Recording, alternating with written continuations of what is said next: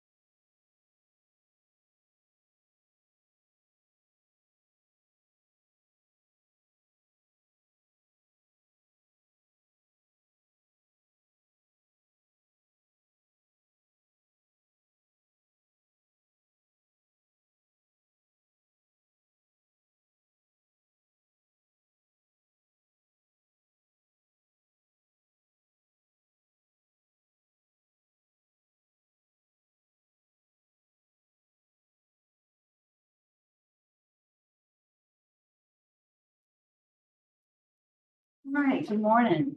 Committee on Parole is called to order. It is 9:02 a.m. on Tuesday, October 1st, 2024. My name is Cheryl Renatza, serving as chairman of today's parole panel. My colleagues on the panel this morning, seated to my left is Ms. Stapleton, and to my right is Mr. Parole.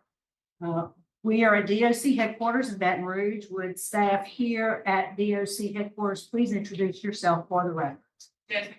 Sure. Cody Watson. Francis Abbott.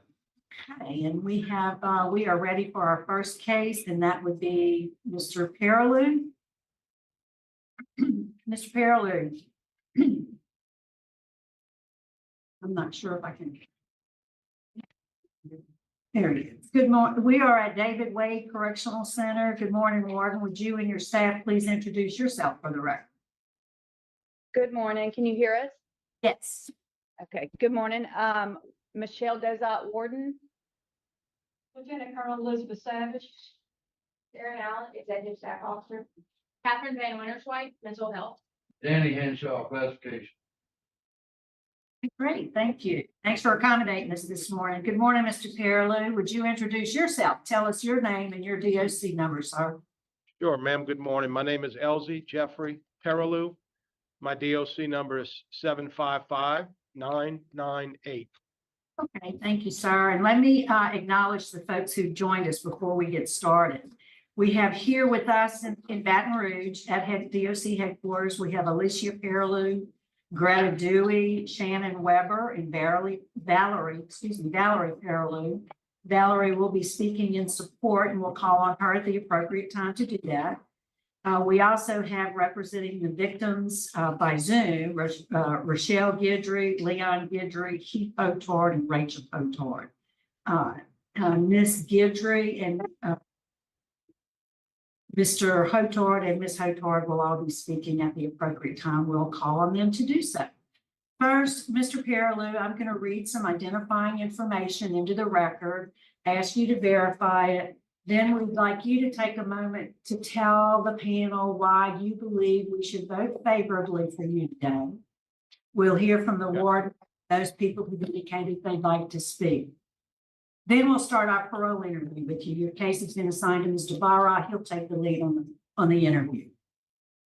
So, Mr. Parole, you are classified as a first felony offender. You're currently serving a 13-year, 6-month sentence, having been sentenced in October 19, 2020. 3 counts of indecent behavior with juveniles. You received a 4.5-year sentence on each of those running consecutive. Your parole eligibility date is April 12, 2025. You don't earn good time, and your full term date is April 12, 2034. Is that information correct, Mr. Parole? Yes, ma'am, that is accurate. So would you take a moment and tell us why you're in jail and why do you believe we should vote favorably for you today? Sure. Thank you for the opportunity. First of all, I appreciate it. As you mentioned earlier, I was convicted in 2020 of 3 counts of indecent behavior with juveniles. I was sentenced consecutively 4.5 years on each count for a total of 13.5 years. Since I arrived here at David Wade, I have participated in every single class that has been offered to me for rehabilitation purposes.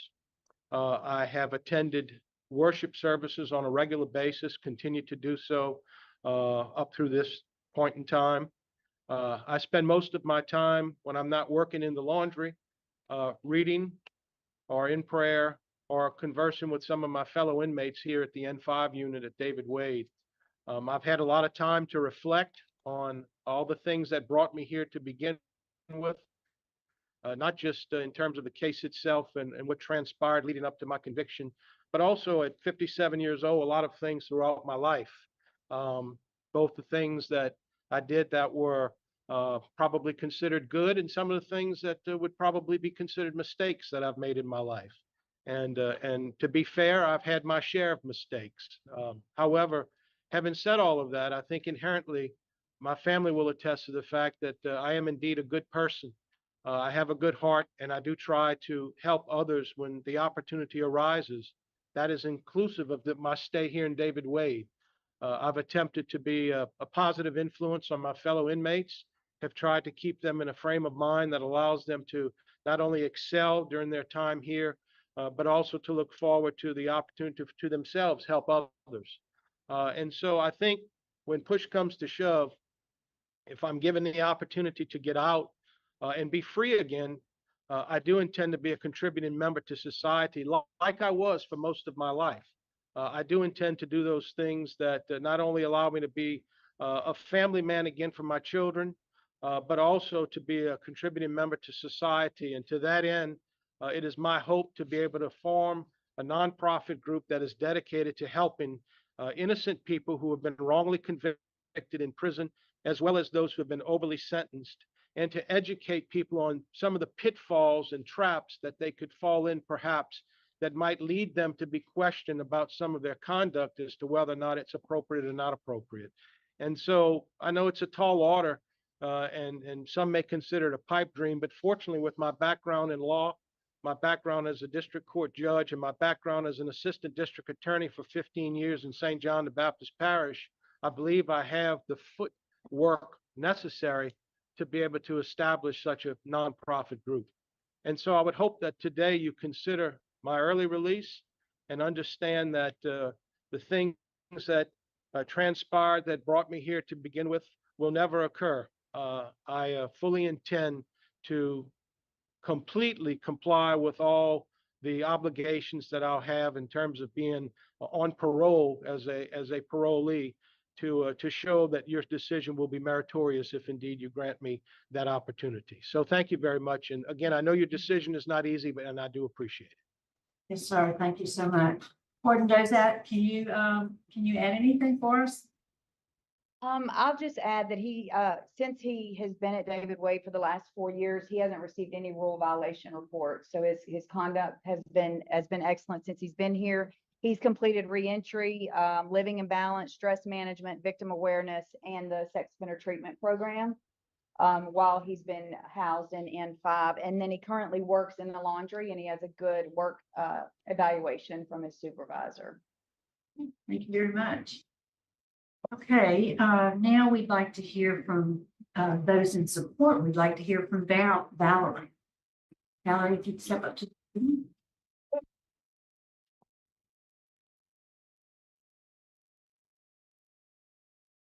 morning. My name is Valerie Parole, and I'm speaking in support of my father, Jeff Parole. But can you speak up just a little bit? Our microphone is on the other side of this phone. We want him to be able to hear what you say. I am his youngest daughter and will be speaking on behalf of my family. Present here with me today, as stated, my dad's ex-wife, my mom, his sister, and my aunt, his cousin. Unfortunately, my sister could not be in attendance today due to medical school vacation, and his previous attorney, Ms. Kim, was impacted by the hurricane, leaving her unable to be here as well.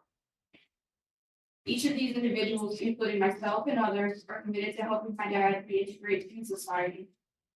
Whether it's finding him a job, giving him a place to stay, helping him contribute to our community again, he has a strong support system ready to reunite and heal with him. Growing up, my father has always been a pillar of strength, love, and laughter for those surrounding him. His absence has caused us heartache as we try to navigate life with the pain of separation. Throughout the last 40 years, he has continued to play a vital role in our lives through various phone calls, emails, and in-person visits. His presence in our life is irreplaceable, and I know that he has so much love and wisdom to share. Over these past 4 years, my father has missed many milestones for my sister and I. College graduations, a medical school acceptance, white coat ceremony, birthdays, holidays, to name some. More than those events, he has missed the everyday moments that shape our bond, the laughter, our silly jokes, the lessons, being there for my sister when her 7-year relationship ended, getting a random phone call from his daughters, asking for advice, and the simple joys of being a girl dad, changing my tire when I'm left stranded at school, making sure I'm keeping up with oil changes, giving me a hug when I'm having a bad day, taking me to lunch on a random day. Most importantly, he has missed the sudden, unexpected death of his father in 2021. My dad's presence would not only bring comfort, but also allow us to honor my grandfather's memory as a favor. I believe this closure is crucial for all of us, and it would help my dad continue on his path of rehabilitation. His commitment to personal growth and demonstration of strength and resilience is an inspiration to his loved ones. He has completed courses and earned certificates through the past 4 years and also received a Tiger Risk score of 1. My dad has shown that he is ready to contribute positively to our family and the community. My dad, I miss you deeply and long for the day when we can be together again. Your presence means the world to me, and I cherish all the memories we shared.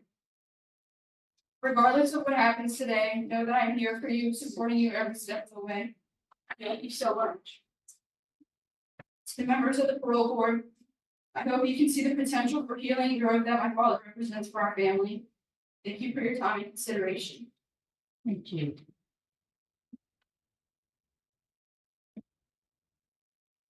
All right, we'd like to hear from the victim's family. First, could we hear from Miss Guidry?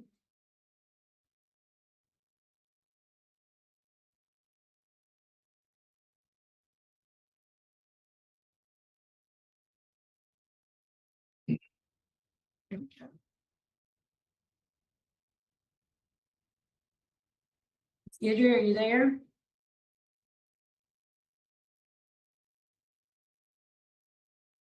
Yeah, we can't hear you. Are you on mute?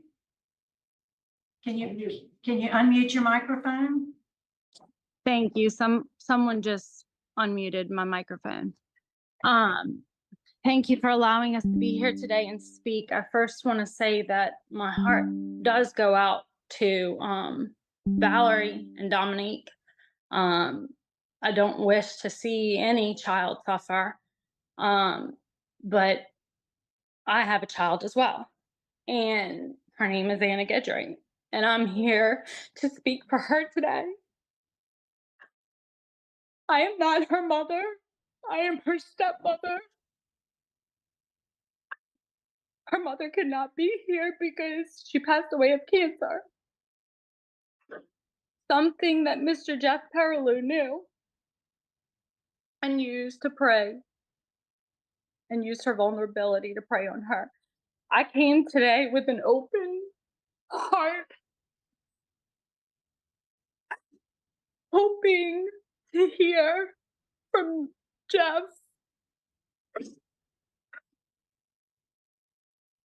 and I'm sorry, or, admitting what he has done wrong, because that's all we really ever wanted.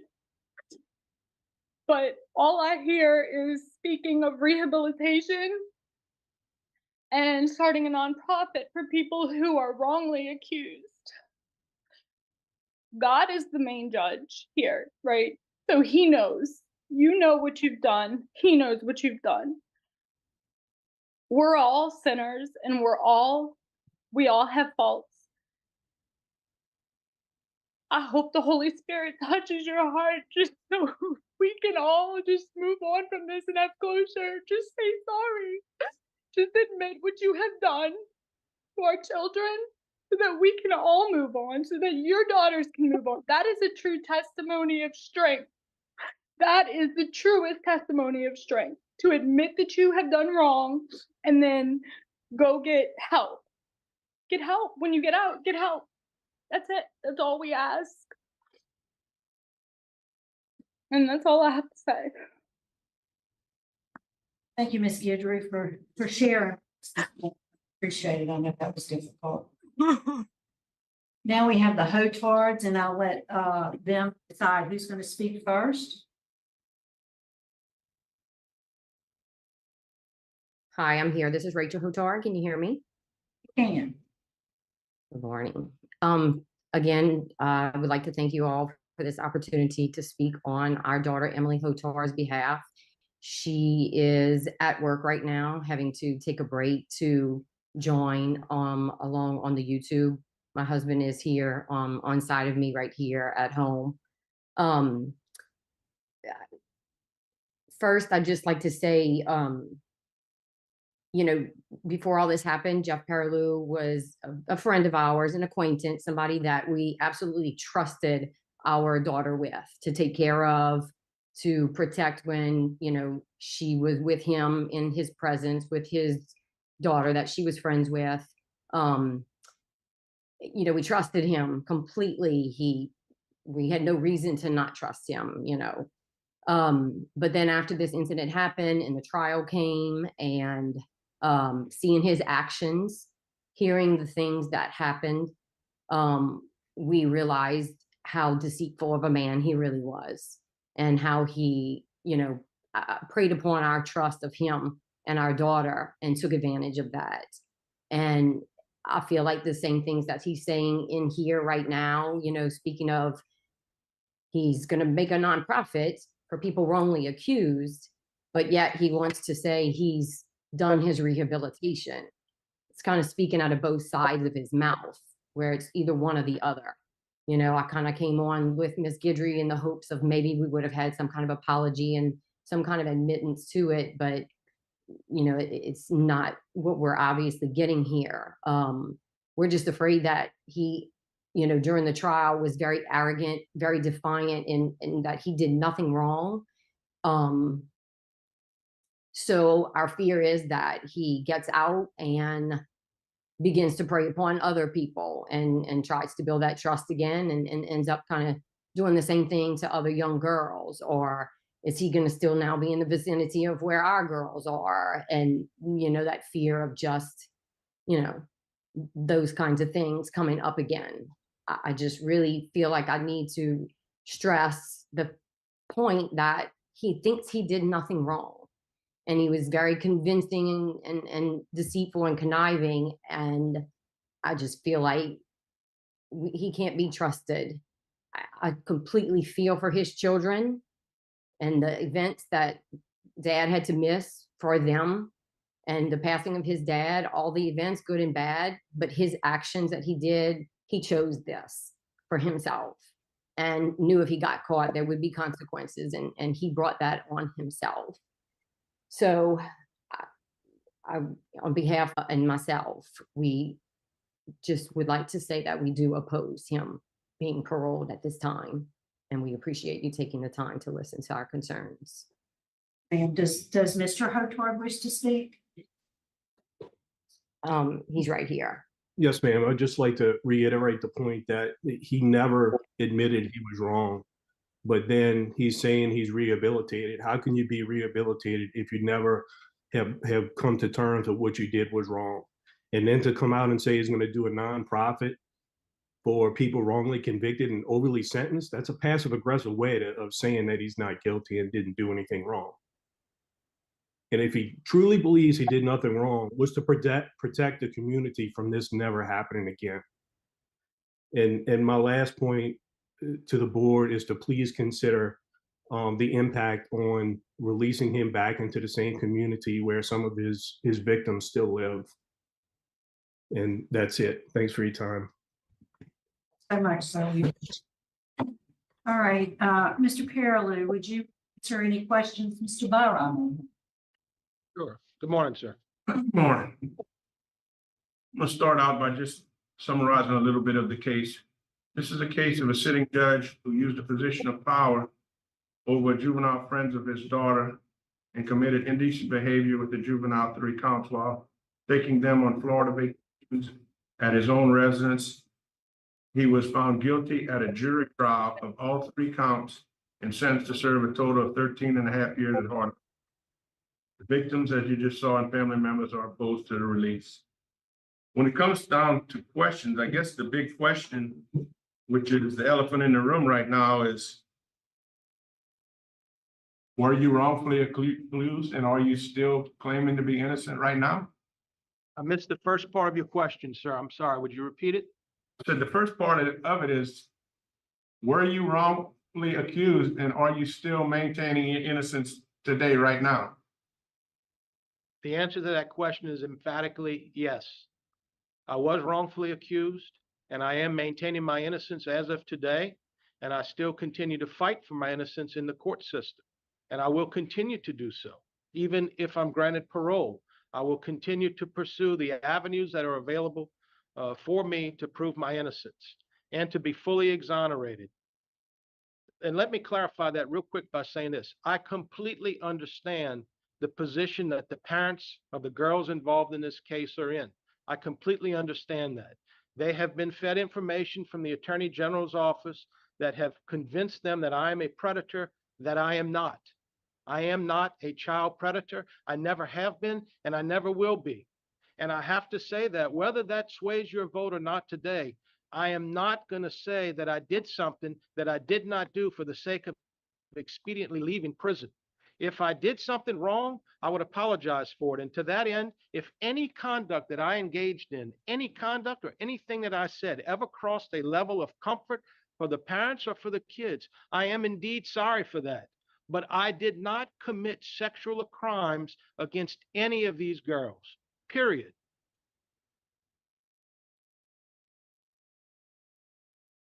Where do you plan on living and what do you plan on doing if we were to release you?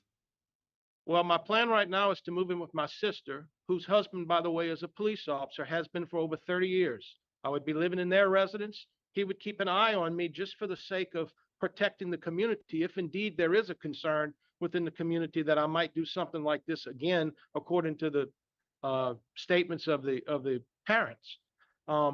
And my intention at this point in time for employment is to go into the seafood business, which my father was in for over 40 years.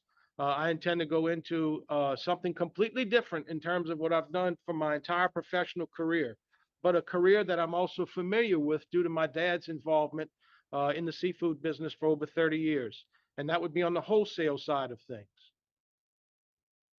That's all my questions.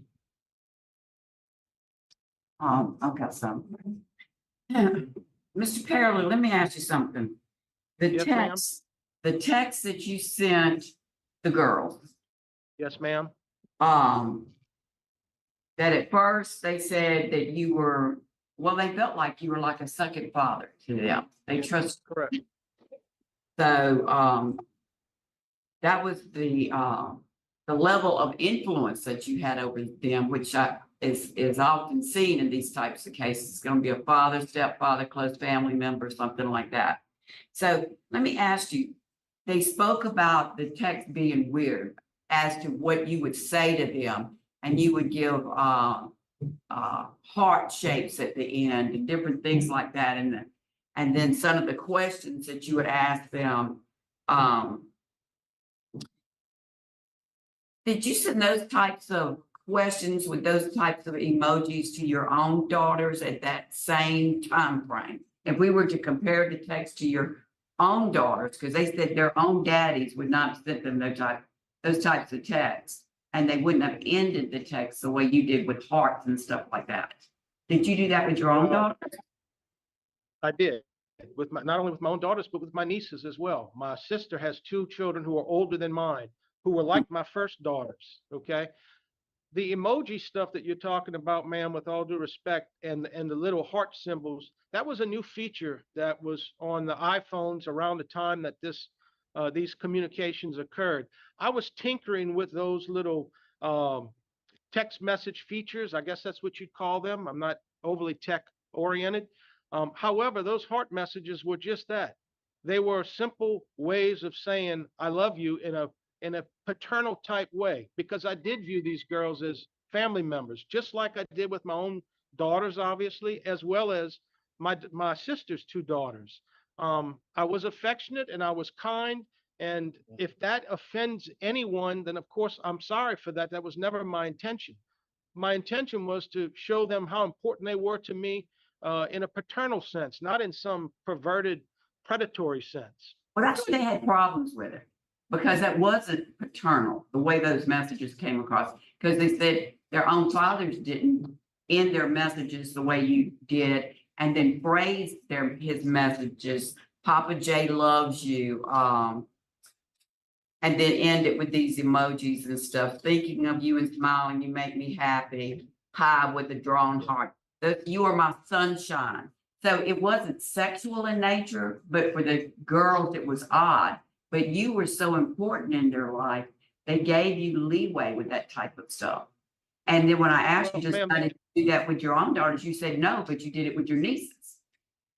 Why did you make I did it things? with I didn't say no. I said yes. Not only did I do it with my own daughters, I also did it with my nieces.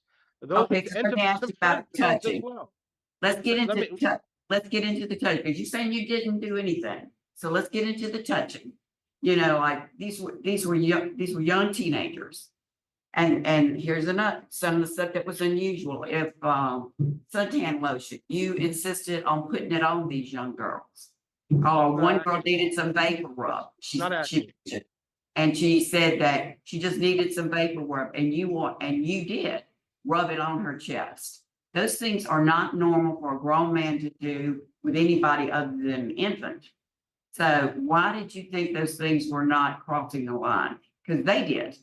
So why did you not think that? Well, first of all, let me just, I will answer that question, but let me finish my point on the text messages. Every message I ever sent the girls was not done in a surreptitious fashion.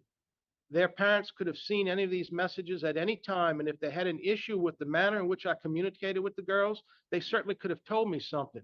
I did not have any communications with Miss Hotard's daughter. Emily Hotard received no text messages ever from me, not one text message. I didn't even have her number. The only two girls who I texted were one who has not accused me of any crime, who is not involved in this case as a victim, and the other was Miss Guidry's daughter, who I had texted for probably 4 years before anything happened. As far as the touching was concerned, the only times that I ever touched these girls were at their request, and it wasn't on a frequent basis. Anna Guidry had a problem with her neck after she would swim, her shoulders. She would ask me at swim meets and or at home when she was with my daughter if I would simply massage her neck a little bit. These were not full body 10-minute, 20-minute massages. These were little 30-second, let me try to loosen your neck up a little bit type touching. That was the extent of it. As far as the vapor rub incident, which is the misdemeanor that isn't involved in what you all are dealing with today, yes, that was something that I did for Shayna, who had been in my life since she was 1 year old. And I put vapor rub right here. It took me all of 3 seconds to rub vapor rub right here. If you can see me, that's where I put the vapor rub, right here. It wasn't an ongoing type thing or a frequent thing that I touched these girls in any way, nor did I have any desire to. There were limited occasions where I did indeed engage in physical contact. And to the extent that that physical contact was deemed to be inappropriate or crossed some line of comfort, I am sorry for that. But that was my intention, was never to touch them inappropriately, ever, not once.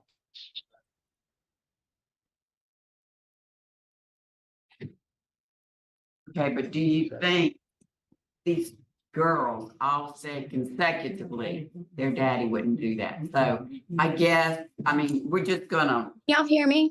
check on this, so we're not gonna go any further with this, because you don't see that there was a problem with it. I do understand, but I do understand why they loved you and they let you do things that they felt like this shouldn't be happening. And then when the one girl came out of the room crying that it went too far for her, then the others admitted you had done things that went too far for them. So, you know, you had the one girl that your daughter was her best friend since what, they were in the second grade? You got a lot of broken hearts. Yes, on both sides.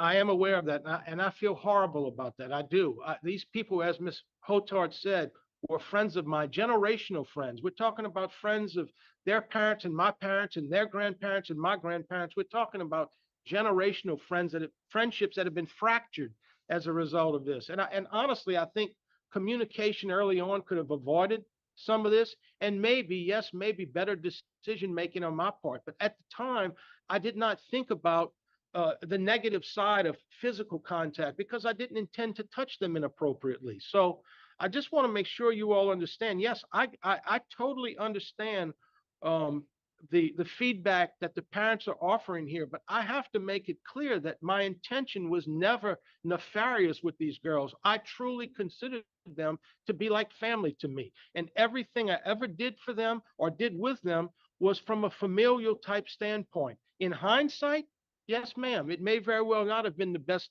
decisions, but at the time they were made, I had no idea that any of the girls were uncomfortable with me on the manner in which I treated them. And that is the best Well, way I can time put, out, quite one frankly. sec, just 1 second here. Okay, time out. We're gonna move on, and I understand where the girls are coming from. So that's the end of my questions. Anything else you'd like to say, Mr. Carolyn? Before we I did not hear you, ma'am. I'm sorry. Anything else you'd like to say?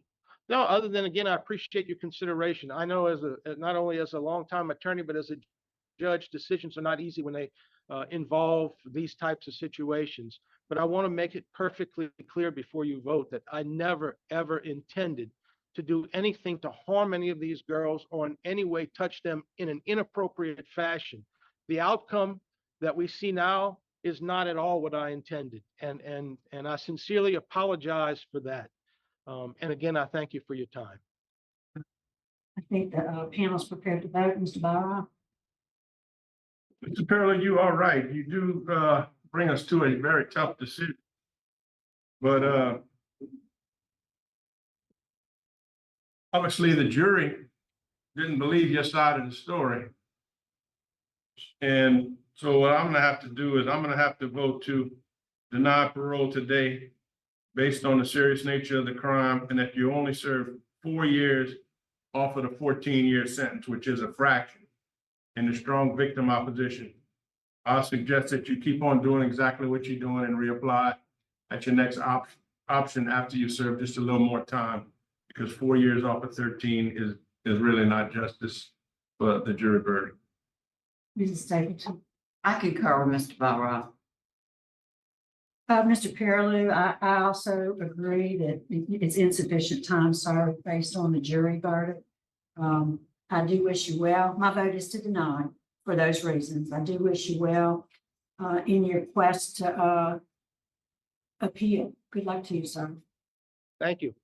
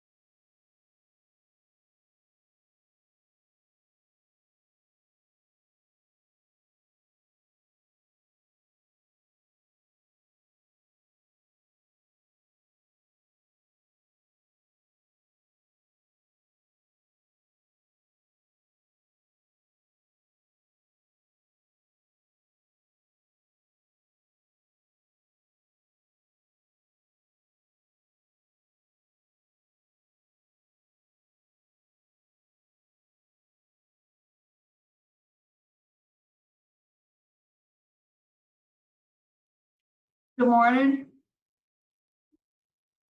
Mr. Lee, would you introduce yourself, sir? Tell us your name and DOC number. Andre Lee, 325813. All right. Let me introduce the panel to you. My name is Cheryl Renata. Seated to my left, Mrs. Stapleton, and to my right is Mr. Byron. I want to recognize that you are represented by counsel. Counsel, would you introduce yourself for the record?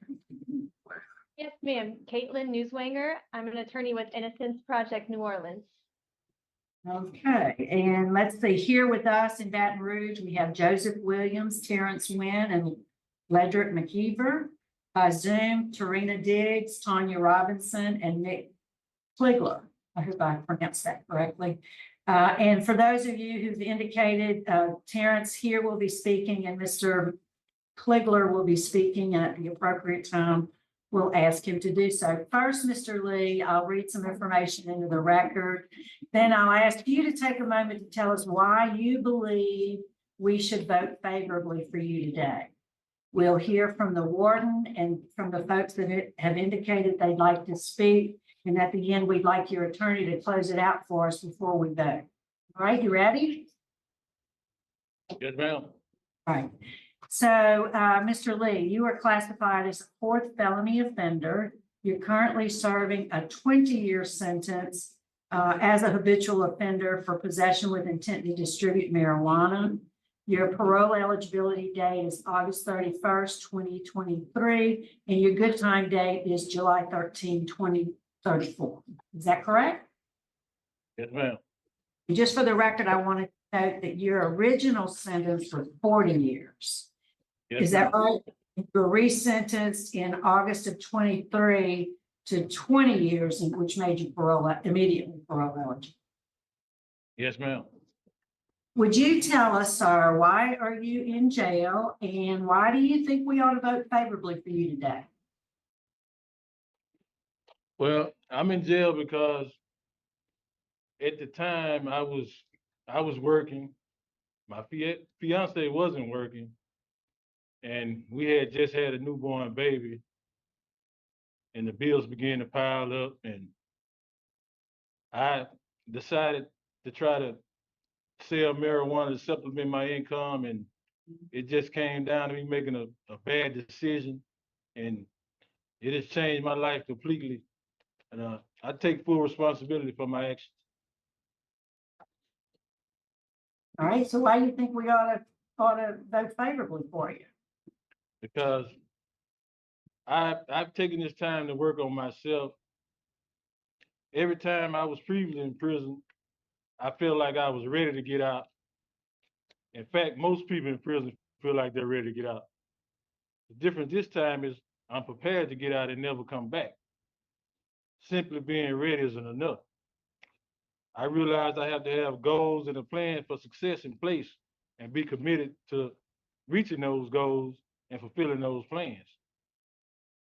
If I'm not prepared to get out and never come back, all I have is a one-way ticket right back. And that's what I've been doing for the last 20 years of my life. There were three things I've done to get prepared. I figured out what type of man I want to be. I want to be a leader and a light to my family and my community.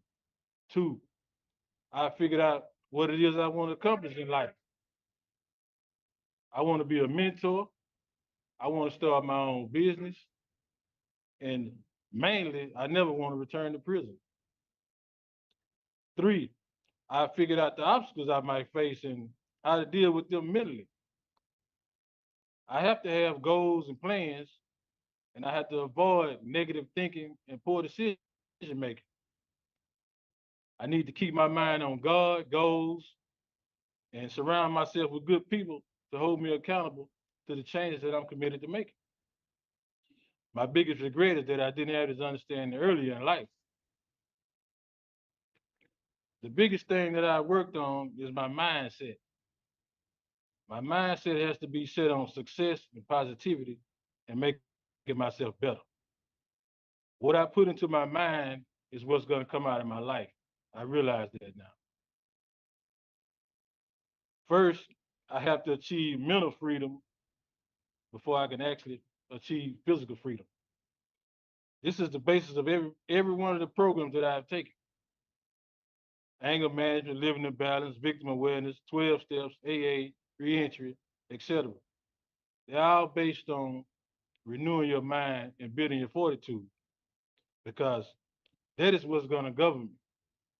It's not my responses, my actions, or my reactions, because all those things are predicated on my mindset, how I see myself and how I view myself in the world.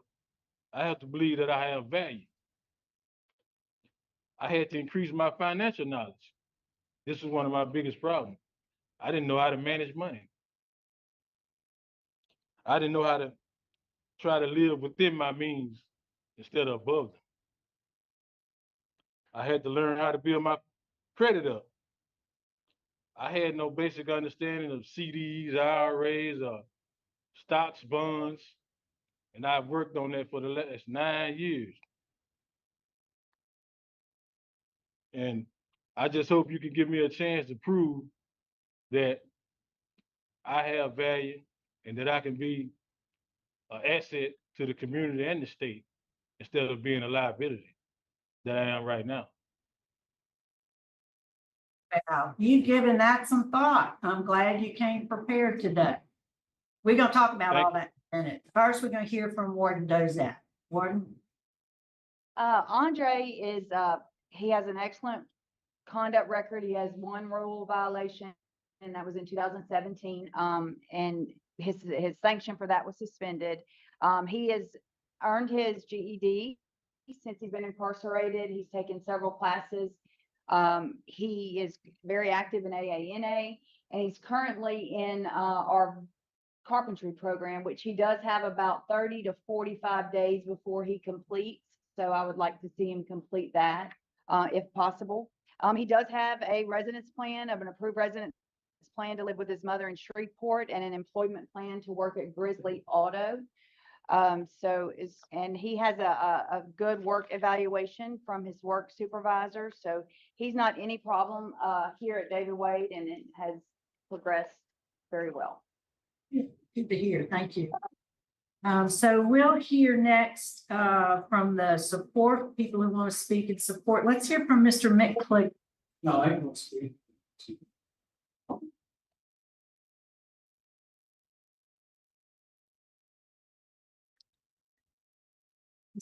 Yes, go ahead. Okay. Hi there. Good morning, board. Thank you for having me here today. My name is Mick Kliegler. I am the social worker at Innocence Project New Orleans, and I oversee our client services division there. So my team begins working with our clients pre-release to create a reentry plan. And then for the first 6 months at least, post-release, we check in with them a minimum of once a week, often far more frequently. And we're working on things like getting them enrolled in benefits, health insurance, support with employment, housing, tech literacy, using a phone, budgeting and financial management, and then as well as the kind of social and emotional dimensions of adjusting to life outside of prison. And our reentry services are not time limited, so we continue to work with our clients as long as they want our support. It's been a real blessing getting to know Mr. Lee. In our conversations, he has demonstrated self-reflection, he's demonstrated thoughtfulness, as you've seen, accountability, and I believe he has a very solid reentry plan. So if the board sees fit to grant Mr. Lee parole, as the warden mentioned, he will return to live with his mother, Miss Sandra Lee, in Shreveport. She owns that home. It's a 2-bedroom. She's been there for 27 years, and there's a bedroom waiting for Mr. Lee. I spoke to her yesterday. She's ready to have him home. She's really eager for his company and also his care as she ages and it gets harder for her to get around. He also has a job waiting for him at Grizzly Mechanic. That's a cousin of his, Mr. Eddie Lee. And it's 5 blocks away from his mother's house, so he can just walk to work. As the board may know, Mr. Lee successfully completed the Steve Hoyle program, and he attends, like the warden said, AA and NA meetings devotedly every Thursday. Our team has already created kind of a map and schedule of AA and NA meetings near his mother's house in Shreveport so he can continue with that practice as it's very important to him and his recovery. In addition to his mother and his cousin who has offered him the job, Mr. Lee has a number of other people in Shreveport who want to show up for him. You're going to hear from Mr. Terrence Wynn with the PIPES program. He also has another cousin who lives across the street from his mother, Miss Angela. He has two daughters in Shreveport with whom he has maintained contact, and two grandchildren as well, one of whom I believe is just 12 days old. So he's looking forward to meeting her. We are committed to supporting Mr. Lee, my team, in the short term and the long term. We will do everything we can to ensure a successful transition home for him, and I really have confidence that he can adhere to this plan and he can build a meaningful life as a son to his mother, as a father to his children, as a grandfather, and also just as a member of the Shreveport community. Thank you so much for your time. I appreciate it. Okay, thank you. Thank you for the work that you do. Mr. Wynn, we hear from you.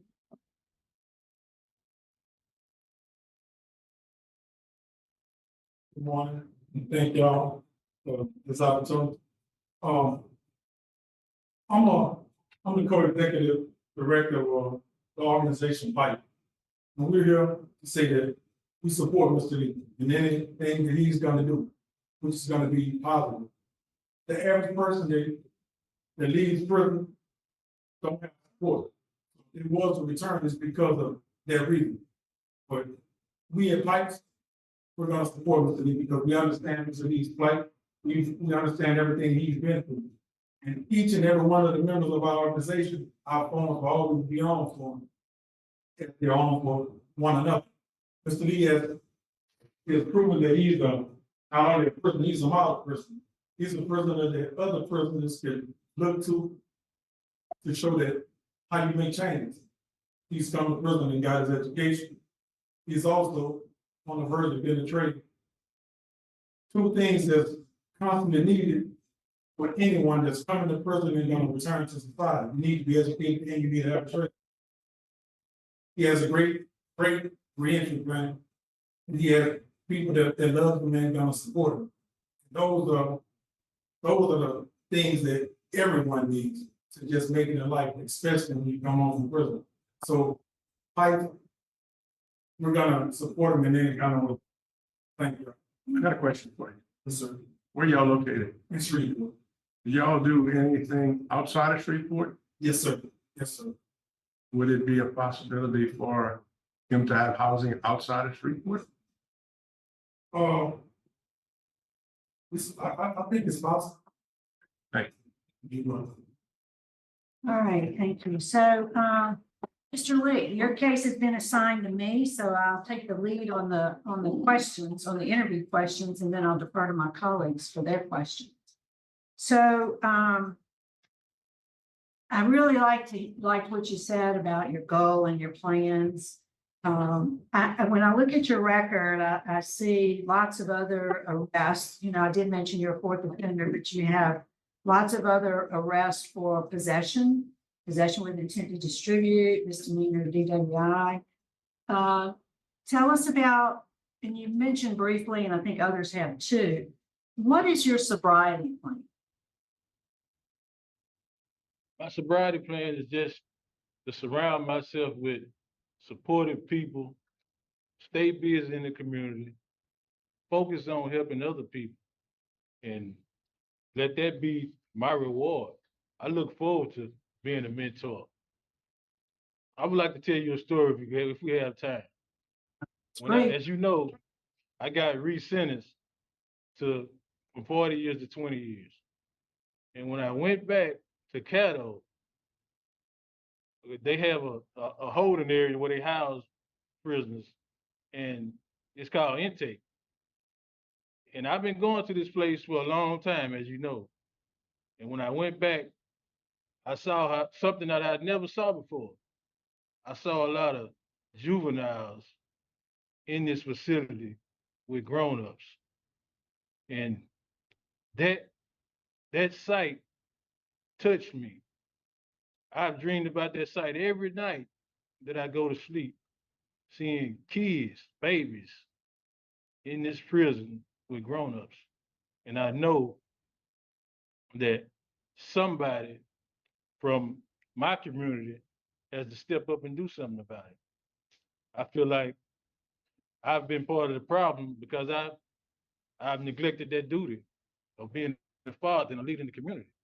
And that's my main goal that I want to focus on, is helping to restore this community and let it have great respect. And I just want to be there for other people because I got a lot of people, as you can see, that are here to support me. And I'm not going to let them down.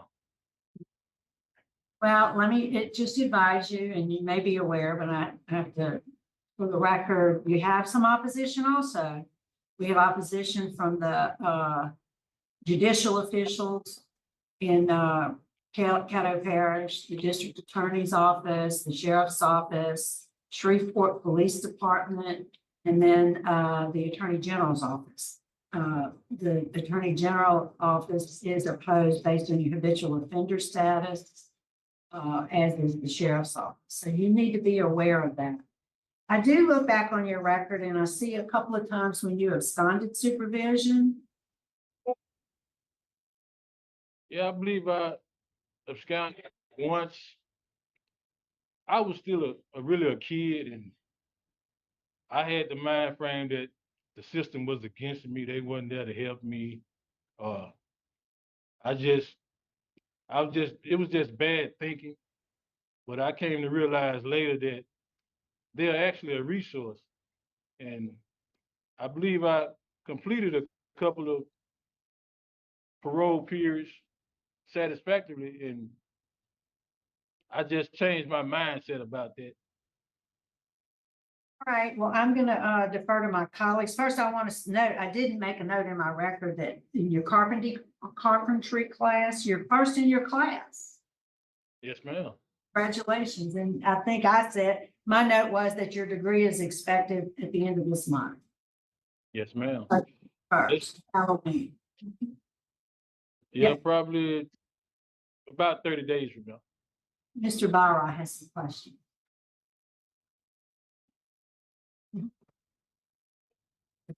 Yeah.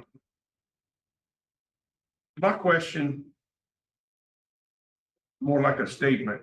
I'm looking at your record and you are pulled up with charges for drugs. And I'm looking at your rap sheet. 11 of those arrests on your rap sheet are all in Shreveport. I'm almost on your side, but I don't think you ought to be returning to Shreveport because that's where you get into all your trouble. I know you've been in all them classes and you heard change your people, places, and things, huh? 2 out of 3, I don't think it's gonna work for you. Because you got a bad record and a bad problem with falling back into it. You've had multiple periods of supervision that you failed because of it. So my question is do you have any other place that you can go to besides Freeport? I asked I forgot his name with the pipes program, and I'm gonna ask Ms. Newswanger, is there any way to work something out for this guy where he won't be returning back to where the root of the problem is with all the law enforcement that's opposed to him being there? Yes, absolutely. You know, we can work together with the pipes program and, you know, obviously you've heard from our social worker that we can work on finding some housing, whether it's transitional in Baton Rouge. We have a lot of partners in Baton Rouge and New Orleans that we can work on that if that is a concern. All right.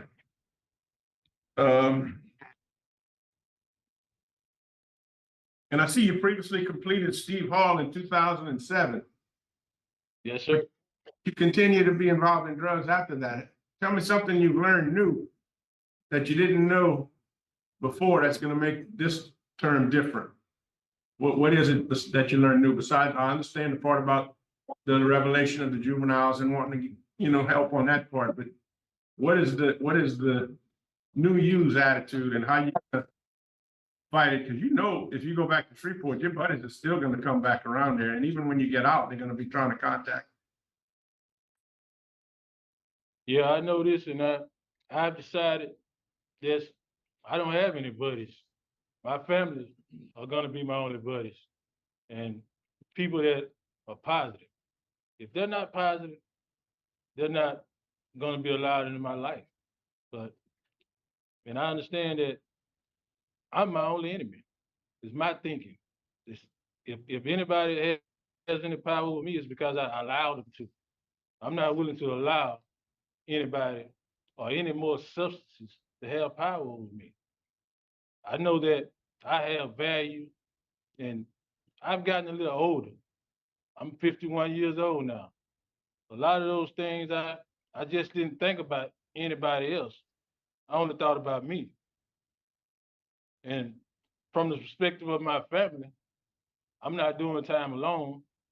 My mother is hurting, my kids are hurting, and I never put two and two together about how prison affected my family. I only always thought about me. It was never about my mom. For almost 10 years, I've embarrassed my mom. And I'll never put her through that stress again in life. I owe her that because she's stressing right now about me being in prison. And I'm no longer the guy who made bad decisions. I'm the guy who's making amends for those bad decisions. I know just because I'm in prison doesn't mean I can't get better. All throughout history, there have been people that went to prison and got better and changed their life around. The only difference between them and me at the time I was committing crimes is I wasn't putting forth the effort. I didn't have the support. I was kind of winging it all along. I really didn't ask for help. I didn't seek it out. I had too much pride to ask somebody to help me. Now I realize that you can't do it alone. Humans are social creatures. We have to depend on each other. And I just feel like I have a lot of support in place, people that I don't even know they're willing to support me because they see the goals that I have and they see the strides that I've made. Because it doesn't really matter where I'm at. It's because if my mindset is focused on these goals, starting my own business, helping people, that's what I'm going to do. And I'm not going to let nothing stop me. Very good, thank you. All right, Ms. Newswinger, would you like to close it out for us? Sure. Thank you so much. And good morning to this panel. It's so nice to see you all again. Again, my name is Caitlin Newswinger with Innocence Project New Orleans. And, you know, I'm not going to rehash all the wonderful things that you've already heard about Mr. Lee, but I do want to point out just a few things. You know, Mr. Lee was resentenced 1 year ago, and while he did receive the benefit of a reduced sentence, he didn't necessarily receive the parole benefit. You know, he comes before you today, having served almost 25% of his original 40-year sentence. And I hear your concerns about returning to the community where his criminal history has occurred. And with that, I do want to point out that right now is probably the best time and the best opportunity to release Mr. Lee, because this panel can impose certain conditions on his release, whereas if he is to serve his full sentence, that would not be possible, and he might return up to the community. I want to point out that we do have very strong relationships with the Louisiana Parole Project in Baton Rouge. We also have a relationship with the First 72 Plus, which I know that you're familiar with them. And so if that is a concern of yours, we are happy to get on it and get on the phone to make that work so Mr. Lee can have housing outside of the community where he has these convictions. And just a note that, again, this is a great opportunity for Mr. Lee's release because he is young. I mean, he said that he's older, but he is only 51 years old, and he has immediate employment. He is very capable of working. He has housing. He has a low Tiger score, which I know that is the requirement now, but he's had that for some time. This isn't just, you know, something that started a year ago, which means he's a very low risk of recidivism. He's not a threat to the community, and I hear your concerns about going back to the community, but He does not have any convictions for violent offenses. In fact, as you've heard, and I'm sure you might agree with me, that he would be an asset and an advocate for the community and for a lot of the younger folks coming into prison.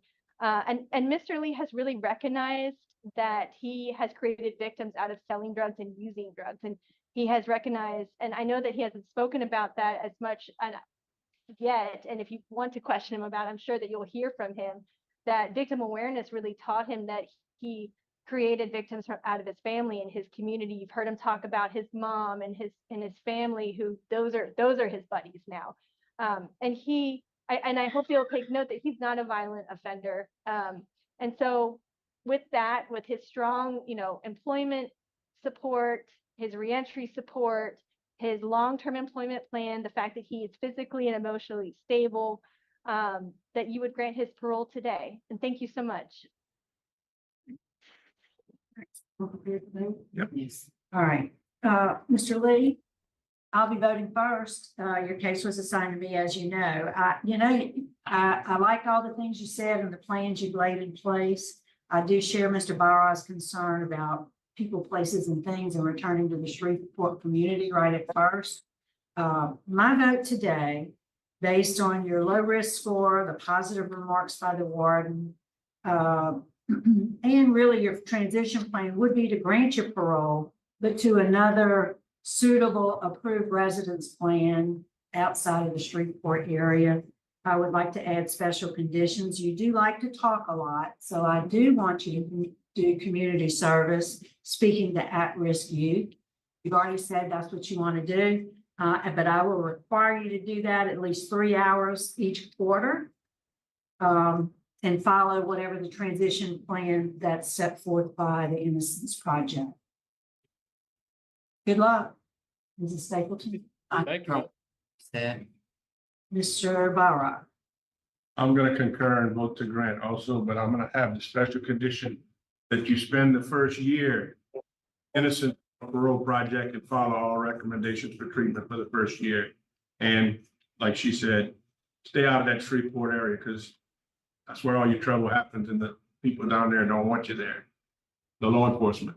Sorry about your mother, but she can visit you in Baton Rouge or somewhere else. We will require too that you finish the carpentry program first. Get that certificate. Okay, that's great. That's exactly what I want.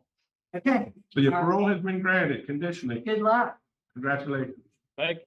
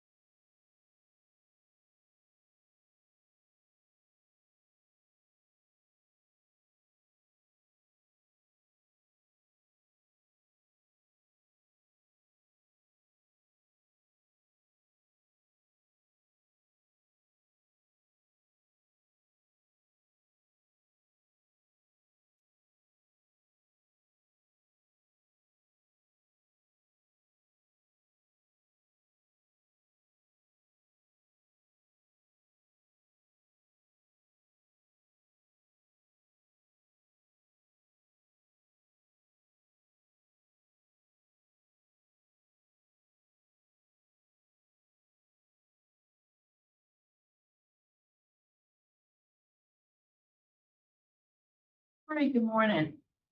Mr. Manning, good morning. Yes. Good morning. How you doing? Good. Thanks for asking. How are you? I'm doing good. Would you introduce yourself? Tell us your name and DOC number. Jason Leif Manning, 469-274.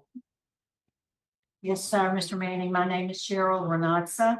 Seated to my left is Mrs. Stapleton, and to my right is Mr. Byron. Before we get started, I want to recognize we have some folks who have joined us and want to speak today. We have Ashley Hibbert and Chadwick, and at the appropriate time, we'll call on them to do so. First, I'm going to read some identifying information into the record, ask you to confirm it, and then we'd like for you to tell us why you believe we should vote favorably for you today. We'll hear from the warden, and then we'll hear from the folks who indicated they'd like to speak, and then we'll start our interview process with you. Ms. Stapleton has been assigned your case, so she's going to take that lead. So, Mr. Manning, you're classified as a first felony offender. You're currently serving a 25-year sentence. You were sentenced originally in April of 2003, aggravated incest and indecent behavior with a juvenile. Looks like you were afforded probation. However, that was revoked in 2011, December of 2011. You have a parole eligibility date, April 15 of 2025. You don't earn good time, so your full term date is in August of 2031. Is that information correct, sir? Yes, ma'am. Mr. Manning, would you take a moment and tell us why you believe we should vote for you today? What got you into jail, and why do you think we ought to grant you an early release? Well, being young and dumb and not understanding things you do is why I'm in jail. And through the years, I've learned wisdom. I start to understand. Basically a changed man from what I was 20-something years ago.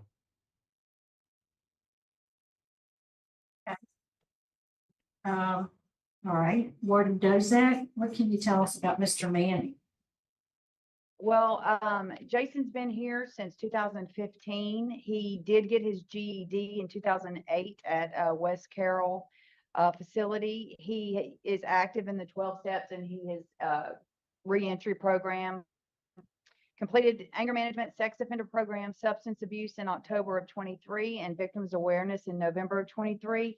He just recently started the Surf Save class, which he will finish early December. So he just started that last week. We do have an approved residence plan at the Veterans Housing Outreach in New Orleans. And his employment plan is to work in the restaurant industry. He does have a good evaluation from his work supervisor, and his last write-up was in 2018, and he hasn't had any disciplinary issues since then. All right, thank you very much. All right, we'd like to hear from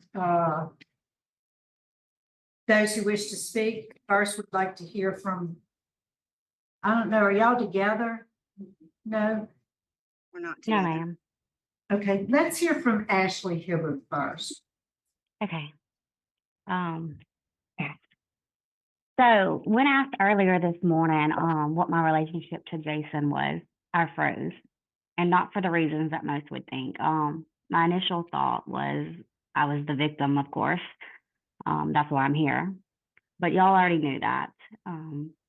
You have a list of us victims. Y'all wanted my actual relationship. Should I say sperm donor? I can't say father. He wasn't that. Thank God for a mother that heard my hesitation and she spoke up for me. I don't like to take on the victim role. I never have. But this man 25 years ago tried to take away my innocence. He took away my childhood. He took away my rights at having a normal family, a father, an idea what it meant to grow up with a complete family. To not blame myself for everything when it was not my fault, because my whole child and adolescence, I was told it was my fault that Jason was in jail and that I could get him out by his family, by all the Mannings. He took away any happy childhood memories I've ever had because I blocked out all of my memories to keep away all the bad memories. I was later diagnosed with heart issues called POTS that link back to childhood trauma. It can be caused from always being in a fight or flight mode, and this has affected my day-to-day health.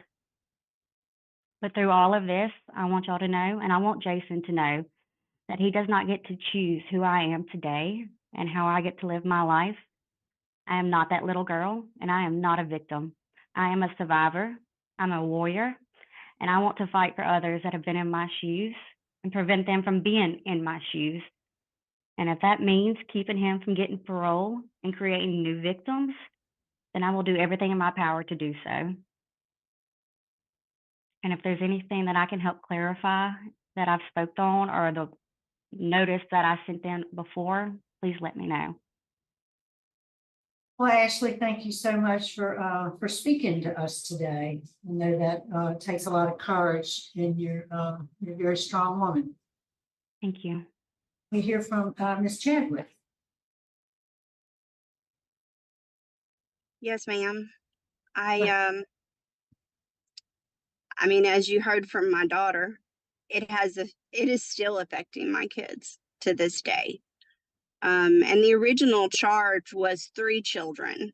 My son was included in that charge, but because he broke down and was inconsolable on the stand, they were not able to charge him with 3 counts. He was only charged with both of my daughters, 2 counts.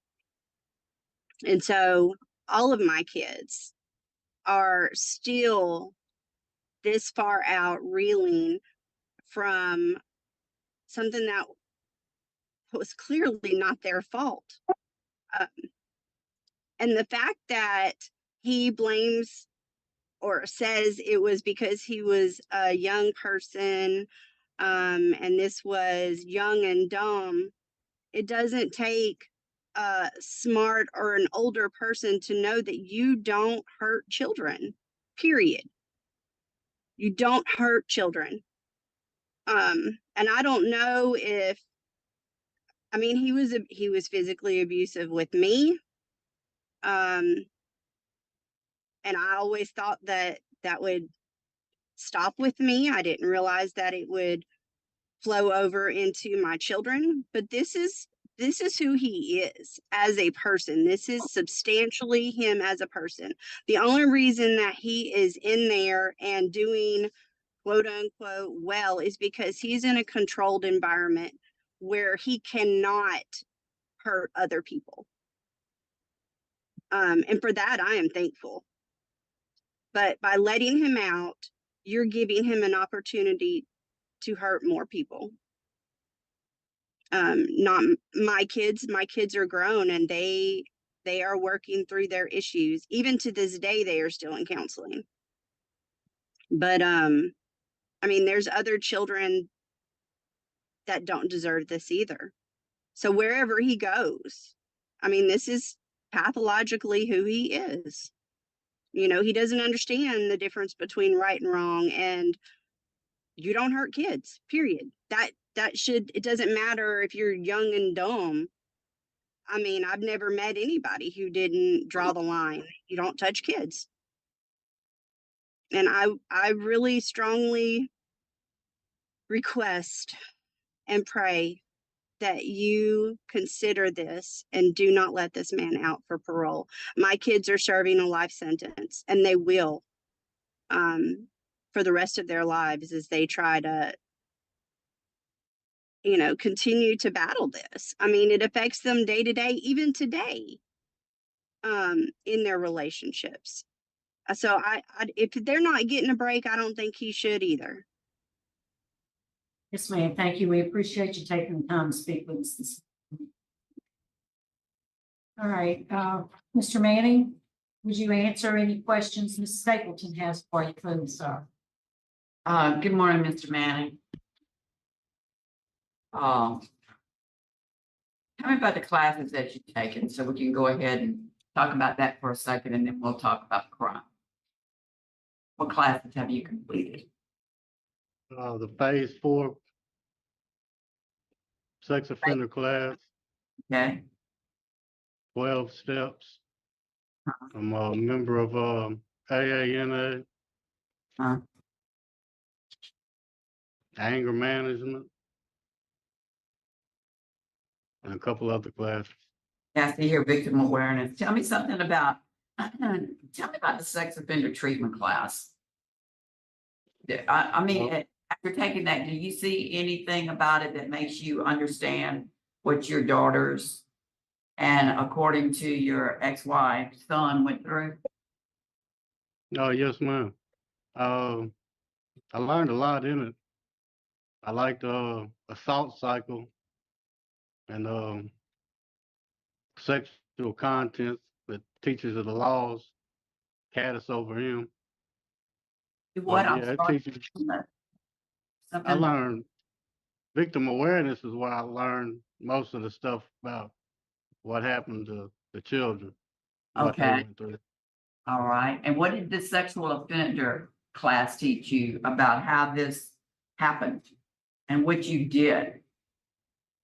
It taught me it affected everybody, Uh-huh. from my kids to my ex-wife to my mom, my brother, everybody in the family, basically to the community and everybody.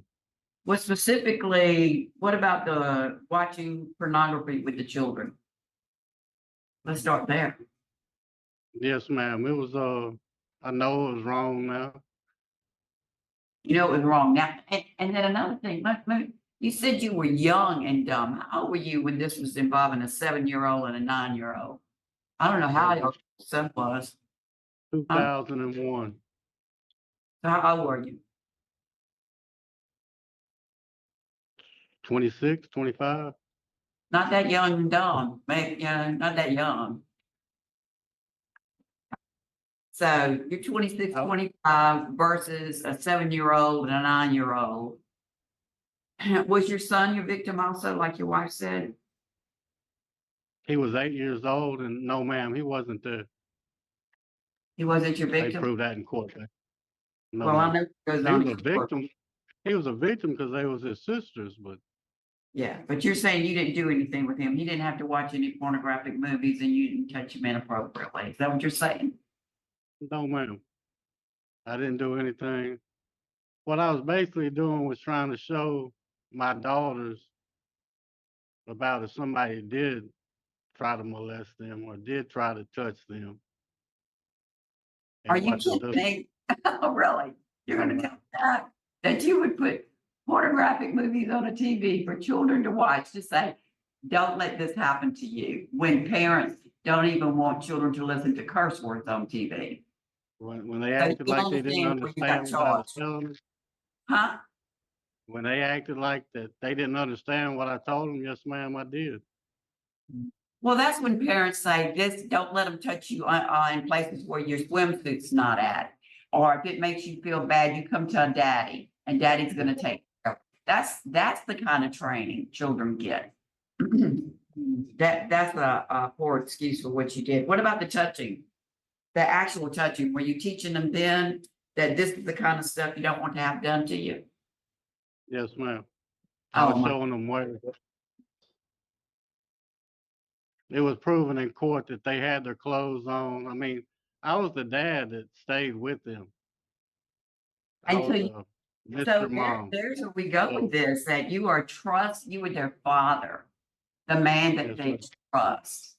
And that's what we see so often. You know, they talk about stranger danger, but actually when it comes to sexual and molestation and aggravated rapes and stuff like that, it's going to be, most of the time, it's going to be the daddy, the stepdad, the uncle, the grandfather, somebody who holds that position in their life. It's not going to be, in most cases, especially with children, a stranger. It's gonna be somebody they trust. And then how long did this go on? It went on for years, didn't it? No, ma'am. It was proven in court. It happened one time. Well, I've got here from January of 1995 to October of, well, let's see. So January of 1995, and you're saying it happened one time. Did they just tell us that? My daughter wasn't born till April of '95. It says aggravated incest. Oh, I'm sorry, that's when you were charged. So when did it start? I was charged in 2002. It happened in 2000.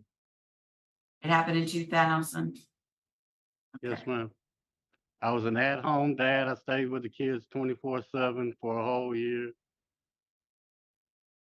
Oh, so Wife it was at work. during that it I happened during couldn't the hear. time you were staying home with the children? Yes, ma'am. I was being Mr. Mom at that time. Okay, I don't have any more questions. Yeah, I have a question. It looks like this case started out as a suspended sentence and you got a probation in this case? How Yes, did that, I failed it. how did that probation turn out? I was on probation for 4 years. The last year I failed drug tests. I went to rehab. After I graduated rehab, I never failed another drug test, but the PO picked them up from the months before. And they told me it'd be in my best interest to violate myself. So I thought I was gonna get a 90-day turnaround. That's what the law was then. I didn't understand. But that drug test, that wasn't your only violation, was it? Sir? Was that drug test your only violation? Yes, sir. And they gave you For 15 years for marijuana, violating a drug test? 20 years, sir. I'm looking at the record and it says something different than that. It says, in August of 2011, it was discovered that Mr. Manning was charged, had changed his residence and was living in another residence with his girlfriend and her children for approximately 2 months. Mr. Manning was not officially charged. This was a violation known as a failure to register as a sex offender charge. Changing his residence and residing with minors was also considered major violations of the sex offender conditions. Several positive drug screens, including marijuana, were also noted on the motion to revoke. Yes, sir. They proved it. Some offender conditions too. And They that's what, proved it. but they didn't prove it. Yeah, I went over there to the house when the kids were at school or the kids were going to the grandparents or the boyfriends and girlfriends' houses. I explained to that in court. And everybody else did too. I did go over there. It was my girlfriend. She came over to my house. All right. But the reason I violated my own parole was because of marijuana.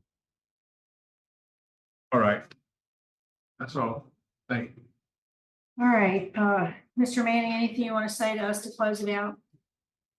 No, ma'am. I wish I could go back and change everything. I'm real regretful that I've hurt my family. And I can't explain how much I feel bad about it.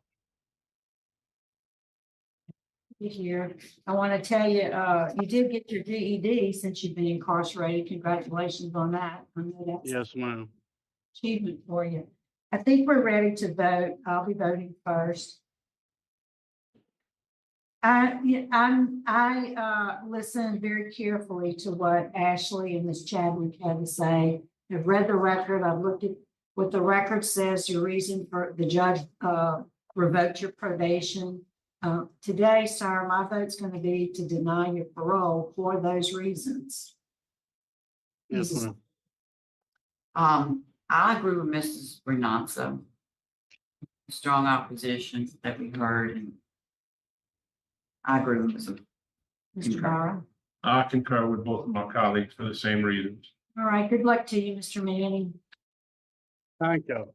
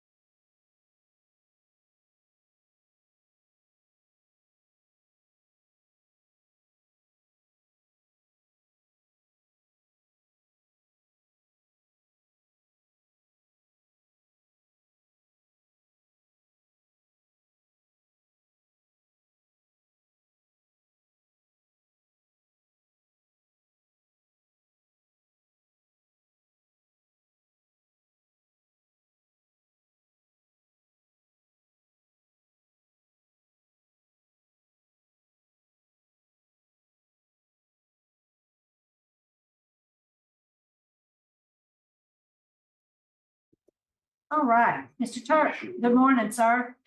Good morning. How you doing? Doing good.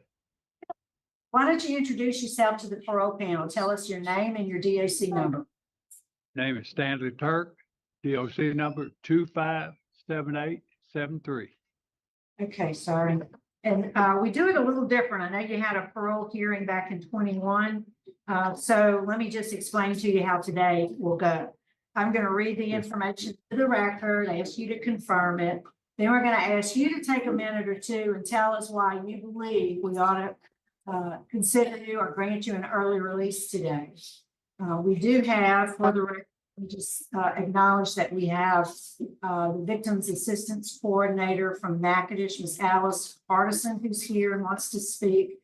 With her is Kristen Parson, the Victim Assistance Coordinator for us, who is also on Zoom, and Tammy McClellan also wants to speak in opposition. So we'll hear from them at the appropriate time. We'll hear what the warden has to say, and then your case has been assigned to Mrs. Stapleton, so she'll take the lead on the interview questions after we've heard everybody speak. Okay, you ready? Yes, ma'am. So, Mr. Turk, you're classified as a second felony offender. You're currently serving a 15-year sentence. You were sentenced indecent behavior with a juvenile in March of 2012. You had a parole eligibility date, which is in March of 2022. You don't earn good time, so your full term date is March 23rd, 2027. Does all that sound correct to you? Yes, ma'am. Okay, take a moment, sir, and tell us why you believe we should grant you parole today. Go ahead. Yes, ma'am. I've been incarcerated for 13 years. I did commit a crime, and it was a family member. And I knew since I've been in here, I needed to educate myself on what I did and understand it more. I took the self-help programs, and the main one I took was for sex offenders. And I finished all 4 phases, and I became a facilitator. Because I knew it would help me understand more of what I did and what I need to do to better myself. And took more self-help programs too. Because the more help I get in here, the better off I'll be whenever I am rolled out. Great, well, thank you, sir. Warden Dozat, is there anything you can add? Stanley has not had any rule violations since he's been here at David Wade. So he's not a disciplinary issue. He is currently in reentry and has a good evaluation from his work supervisor. He does plan, as far as his residence plan, to move to Panama City, Florida, which we have not received any kind of verification of approval for any interstate compact. So that would be pending, and plans to draw his previous retirement check from his previous job. Thank you for that information. We'd like to hear from those who want to speak in opposition. And Ms. Alice, I'm going to let you, I don't know if Ms. McClellan, is she there with you?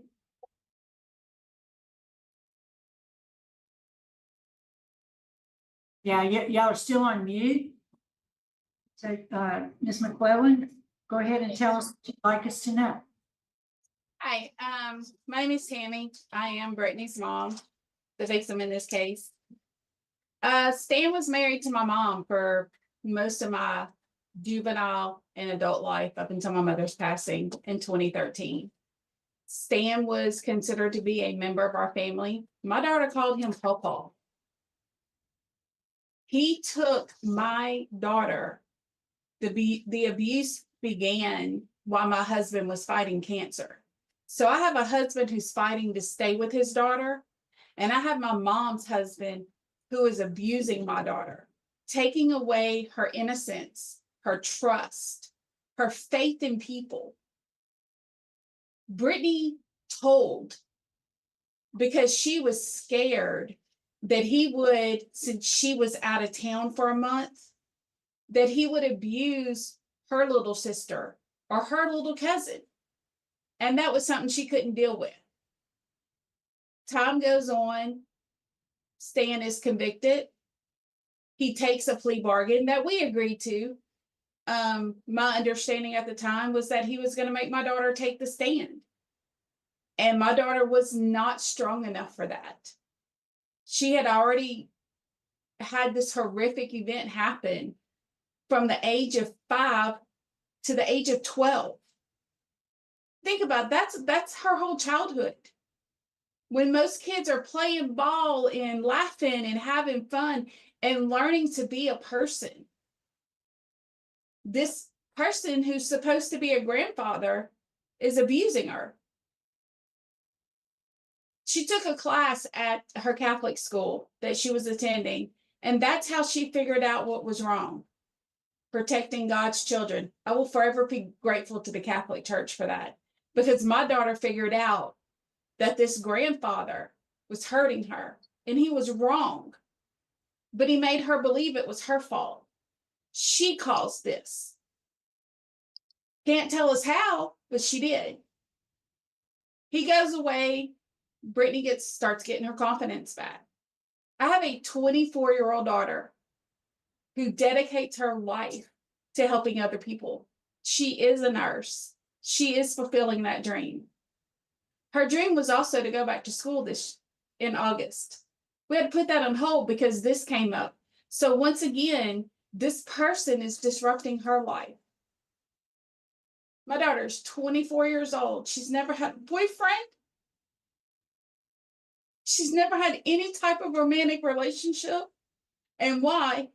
Because one selfish person took that away from her, shattered her trust, shattered her self-worth, her self-belief. We have given her the best support system we have. My entire family, my husband's family, we have gathered around her and we have done everything we can, but she isn't a part of her recovery, that it is on her now. It's her internal. When I had to tell her that I got the call that he was up for parole again, I had to watch that light, me, come out of my daughter's eyes. I had to see that fear come back. I know we can't stay in jail forever. Kathy Anderson. But my daughter has a lifetime sentence dealing with the abuse he put on her. My youngest daughter has a lifetime of watching her sister struggle to be the woman she was meant to be. Brittany was so loving. She loved to hug you and give you kisses and saw nothing but the good in life. Post Brittany, that little girl doesn't exist anymore because of him. He took that. He took it from her. He took it from me, my husband, my other daughter. I don't want him to get out.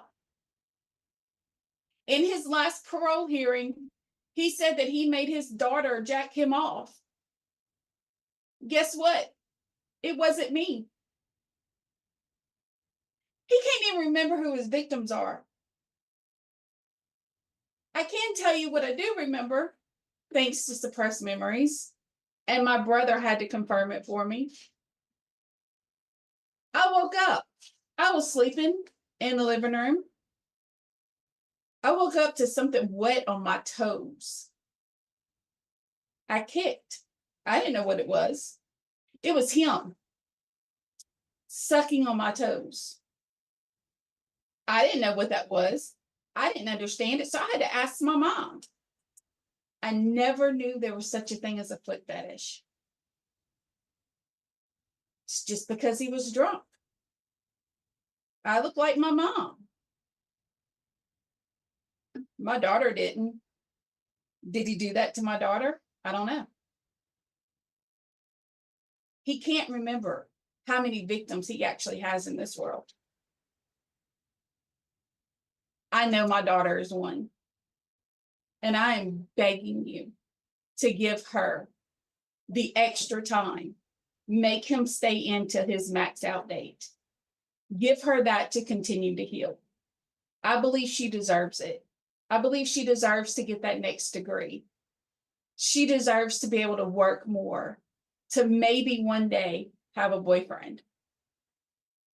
Her biggest dream is to be a mom. And at 24, she knows that she may never get to have that dream because the thought of letting someone touch her that way sends her into panic mode, shuts her down. In his last parole hearing, when he heard of Brittany's accomplishments, he was so proud. That's what he did. You don't have that right anymore. You lost that right. The day you touched what was mine, you lost that right. Ms. McClellan, can you speak to us and not him? And we need you to wrap it up for us, please. When he heard my daughter's voice, I could see the love or the infatuation, the obsession he has with my kid. I'm asking you for her. I've proven I don't care about myself. For her, give her the time she needs. Let him max out, and maybe we can protect some other children. And another mom's not sitting before some other judge doing this. Thank you. Thank you. Ms. Hardison, is there anything you wanted to add? Mr. Harrington, the district attorney, is here. He would like to speak. Oh, okay, good. Thank you. Thank you for being. Good morning, members of the board. There's nothing I can say that is more powerful than what you just heard. But this defendant has caused this family a lifetime of pain and loss. And if I'm not mistaken, his full term date is in 2027. That really ends up being too soon. But if there's ever a case where a defendant should be denied parole, this is one. And this office strongly opposes this defendant's parole. Thank you. Thank you for speaking to us. We appreciate it. All right, Mr. Turk, would you answer Mrs. Stapleton's questions, please? Okay, well, Mr. Turk, I know that Tammy's not allowed to speak directly to you, but you did hear everything she had to say. And everything she said was going to be the questions that I was going to ask for you. I'm not going to double down on that because she's already covered so many, well, the important things. She talked about her daughter and what you stole from her, and those are going to be most of the times we don't have the victims here. The victim's voice is very important to be a part of this procedure. So I'm very glad, Tammy, that you were able to come here on behalf of your daughter. I can tell you as a victim's advocate, when I would go to court with victims and it would be a rape case, it was not unusual for the victim to say what they had to say. And then as we'd be walking out the door, they'd say, okay, that's it. I'll never talk about this again. Because I don't want to hear that person's name and I don't want to say it again. So I do understand that this totally disrupts the peace that they finally find in life to have to go through something like this. And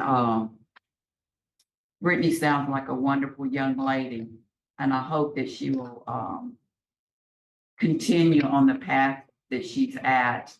I imagine she's still in counseling. I do want to say, we do have crime victims reparations. I know the district attorney knows about that. So you have that, and then you have an organization called STAR, which is a very good organization for sexual assault survivors, which Brittany is. And those are two organizations that you may want to check in. So back to you, Mr. Turk. What I wanted to ask you is that when they did an assessment on you, and it was a sexual assault assessment, you still denied that you did anything wrong. That's so I wanted to ask you about that. You didn't find that you did anything wrong. Is that correct? That I did do anything wrong? You did not doing anything. You deny that you did anything wrong? No, ma'am, I did something wrong, very wrong. Yeah, because is that because you touched on top of her clothes? That Yes, ma'am. let's see, he says, this is on the child sex predator assessment panel at the very end in 2024. When discussing the crime, he admitted acting inappropriately with the child by rubbing the hands or the genitals above her pants on one occasion. He denies any of the other wrongdoings. The incidents that took place when the victim was 11 years old and he was 55. So you're saying that it was just one time. Victim saying more than one time. And you still saying that it only happened once? One time, yes, ma'am. Okay. You got a -2 on the static score. That's something people look at. You have strong opposition, obviously from the DA, he just spoke, from the judge and the chief of police, and definitely from the victims. And like I said, there's really nothing more I can say. Her mother, thank goodness, you know, is her advocate today. She spoke up for her daughter. And I don't have anything else to say. Mhm. All right. Is there anything you want to say to wrap it up before we vote, Mr. Turk? Yes, ma'am.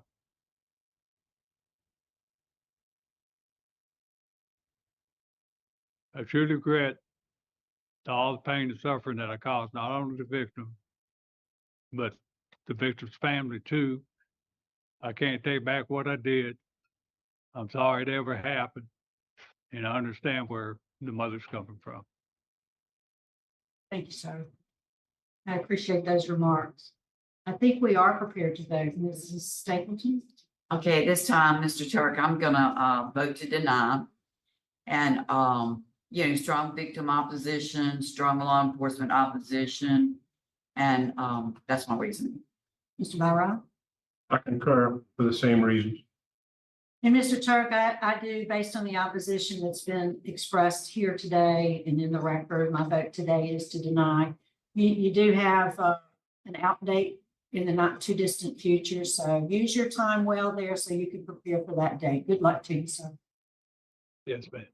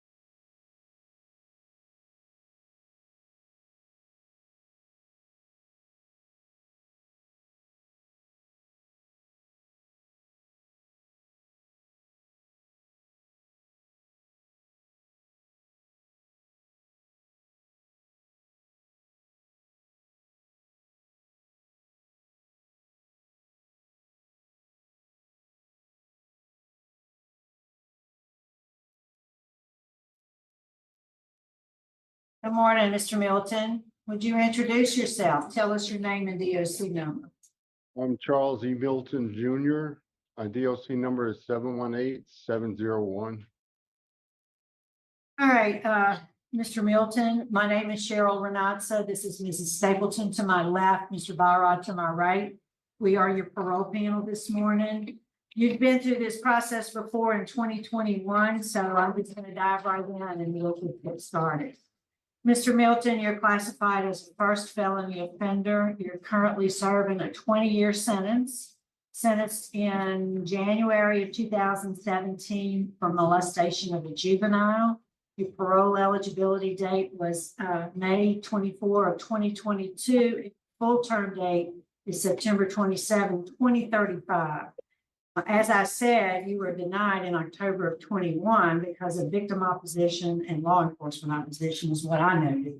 That was written in the record.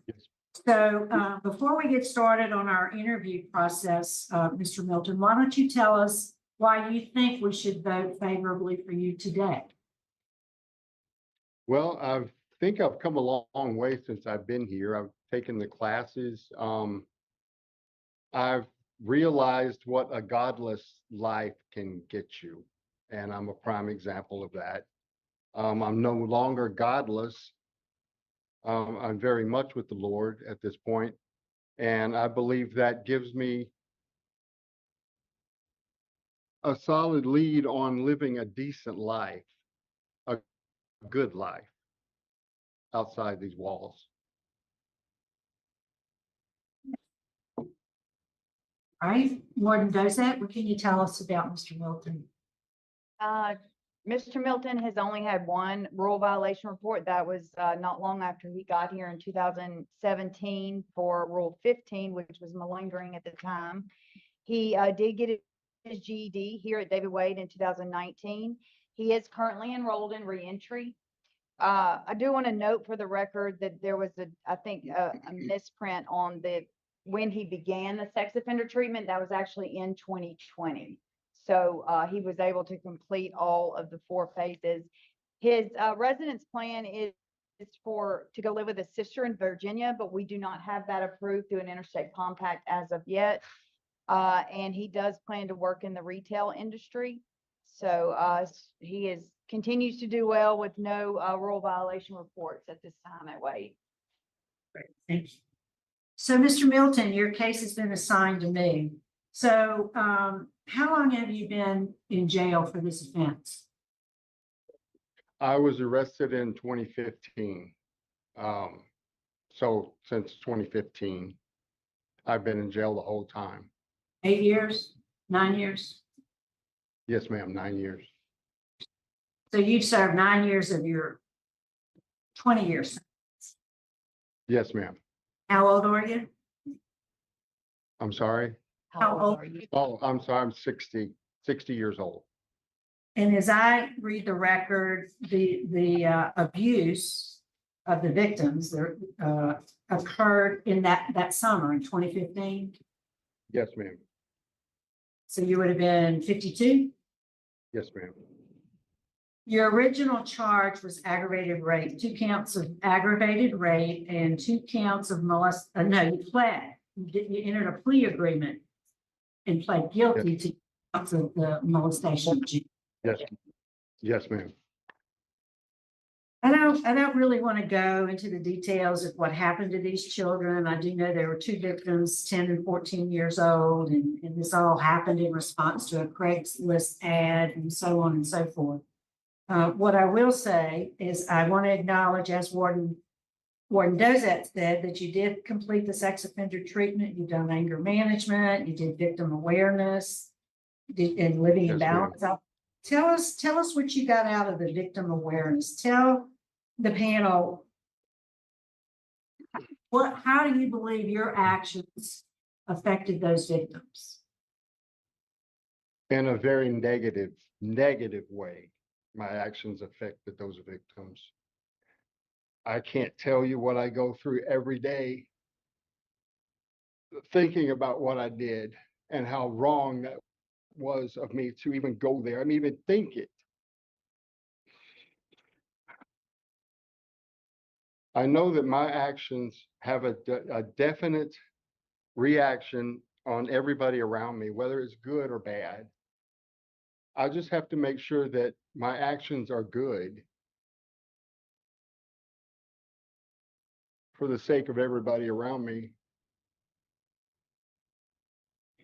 What's your job there Wait. I push laundry carts, ma'am.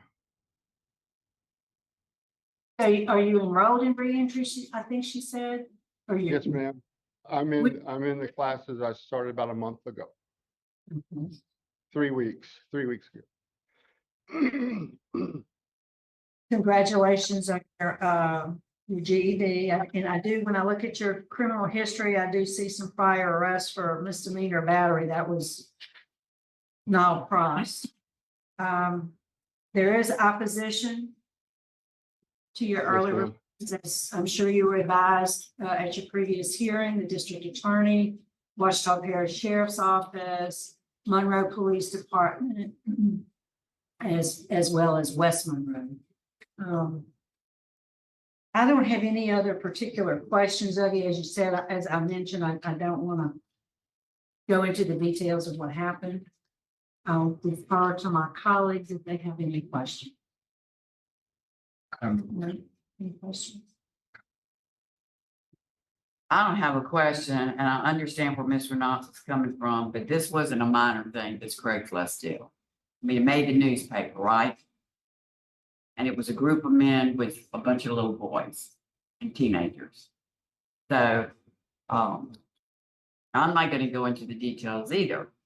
But then again, like I said, it wasn't just a one-on-one thing. It was a group of children and a group of men. And so, I don't have any questions. Mr. Milton, anything else you want to say to us? I think we're prepared to vote, but we'd like to know if there's anything you'd like to tell us first. So that's it, I think. Well, I'm glad, so I'll be voting first, and I'm glad to hear what you said. I'm no longer a godless man. Yes, ma'am. Some comfort, and that's going to help prepare you for later. You've only served 8 years of a 20-year sentence, which is not even half of that term. So based on insufficient time served, in my view, for the crime that occurred, my vote today is to deny your parole, and I want to encourage you, though, to stay on the path you're on. Keep your faith. Absolutely. Reapply when Absolutely. you're eligible to do so, and we'll see what happens then. But my vote today is to deny for those reasons. Ms. Stapleton. I concur with, Nancy. Mr. Byron.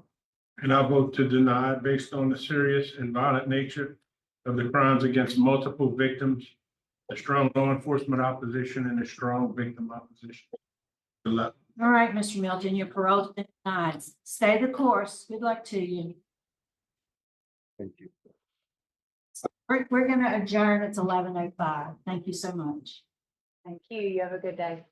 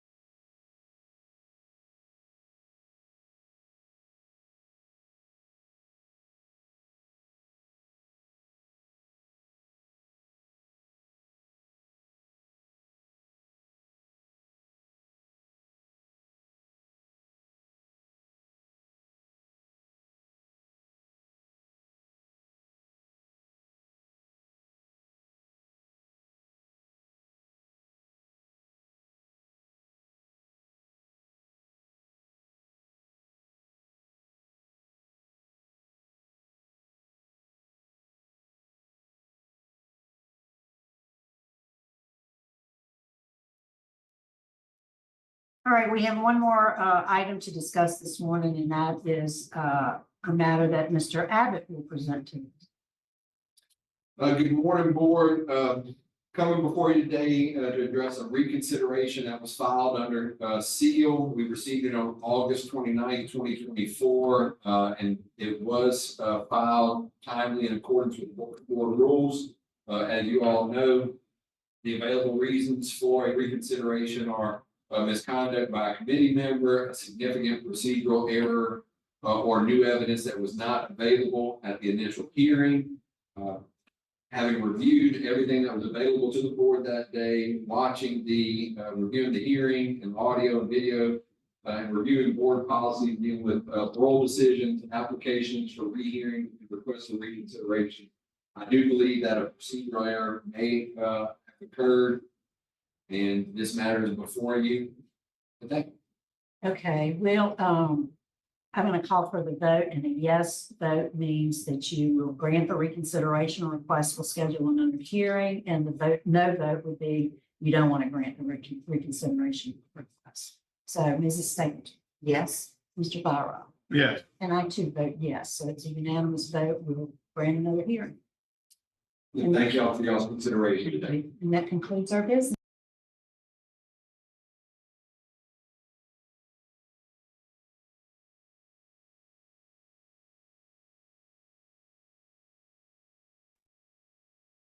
Meeting on parole is called to order today. It's Thursday, September 21st, 8:42 a.m. My name is Brendan Kelsey. Along with me, Mr. Tony Marabella and Mr. Pete Freeman. Staff and support is seated at DOC headquarters of Baton Rouge with staff and support. Please introduce yourself. Wendy Trustler, Tree Owens. Francis Abbott. Our remote location is West Baton Rouge Parish Jail, West Baton Rouge work release with staff and support at West Baton Rouge. Please introduce yourself. Deputy Brittany Morgan. All right, ready for our first case. We do have Mr. Randy Meyer to speak at the appropriate time. We have Janelle Ball Adams, John Sims, and Brody Bullock to speak at the appropriate times. Please introduce yourself, state your name and DOC number for the record. Jason Ball, 581310. All right, Jason, you heard the introductions. We'll have a parole interview, ask you some questions. You can respond. At the end, you can make a statement. We'll take a vote. You understand the process? Yes, sir. Jason Ball, DOC number 581310. You're a third-class offender. Parole eligibility date 11/1/2023. Good time 4/5/2024. Full term 5/1/2031. 10-year sentence for possession of methamphetamines, reckless use of explosives, manufacture and possession of a bomb. 10 counts. Does that sound correct? Yes, sir. Would you please answer, Mr. Pete Freeman? Okay, Mr. Ball, why were you making explosives? What you were gonna do with that? I was making fireworks for New Year's, sir. Making fireworks for New Year's. Yes. When you threw it out your car, you were testing it out? Yes, sir. Okay, what you were gonna do with them? Sell Sell them and use it for New Year's. them? What about the drug charges? The drugs, I really don't know where they found the drugs at. They said it was in the garage, but still to this day, I don't know where the drugs came from. Have you used drugs? I haven't been way before that, yes, sir. Okay, were you using drugs around the time you was arrested? But no, I was not. How did you kick the habit of using drugs? I see quite a few drug charges on your record. Oh, I was on probation for a while, so I had to stay clean and do what I had to do. Did you ever receive any treatment? No, sir. Have you ever taken any classes with regards to your drug? Yes. What have you taken? I've taken classes here at the work release, risk management class, and also complete reentry. Okay.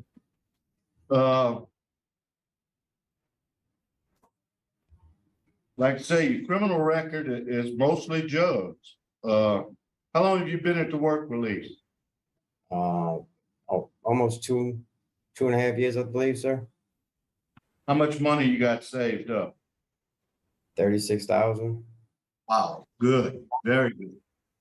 Where are you working at? Compliance and viral systems. I'm a Where? diesel mechanic. Compliance and viral systems. So you're a mechanic. Yes, sir. This gentleman's here for us. Okay. Well, that's great. I mean, 36,000, that's a lot of money. That's good. A lot of people waste it on commissary and stuff. Sounds like you've been saving a lot of yours. I got 3 children to worry about. Where are you gonna live? Back where I was at before, my sister's taking care of my 3 kids right now for me in my house. My mother was there. I'm sorry? Where is that? What parish? Jefferson, Louisiana. Yeah, and you're gonna keep your same job? Yes, sir. How long it'll take you to drive from Jefferson to where you're working now? They have a branch in Canada that I'm gonna be based out of right by my house. Right by you, okay? You have a low risk. Have you had any write-ups? No, sir. Okay. Warden, what can you tell me about Mr. Ball? Mr. Ball has been a role model offender while in our custody. He has maintained gainful employment with his same employer for about 2 years. He is hardworking. We don't have any problems out of him. He goes to work, does what he's supposed to do, and repeats it day after day. Okay, has he been drug tested since he's been there? Yes, sir. They do drug tests at the work release. They do them randomly, and they do them, when they come back in from work. They also make them blow into a breathalyzer to test their alcohol. And he has not had any write-ups or discrepancies with any of those types of substances. Okay, I have no further questions. All right, we'll hear from Ms. Janelle Ball Adams. Brief statement. Yeah, I just wanted to say that I am at home right now taking care of my brother's 3 children. My mother was presently there, but she just passed this July.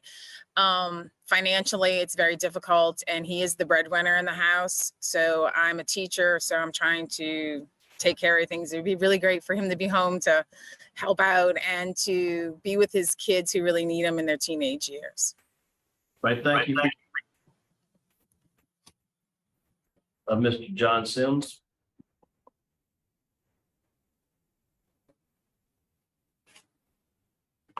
We got holding away. That's I hate to see. Good morning. Jason has worked for us for approximately 2 years. He has been an extreme asset, and we are ready to give him gainful employment, benefits, the whole package. He has been a great employee. He's actually taught me, I've been in this business for over 25 years, a few things, and we travel a good bit from location to location, and he's really expressed, his remorse for messing up, and we're ready to take him off of y'all's hands. Thank you, Brody. Thank you. Good morning, everybody. My name is Brody Bullock. I am the fleet manager for compliance and virus systems. I am who hired Jason on the work release program. I am the person who monitors all the mechanics along the entire country. So day to day, week to week, I give them an agenda to follow. So Jason will be directly under me. I believe Jason is a great asset to our company. Just like John said, he is very helpful. Everything we ask of Jason, he always does. No problem, no issues.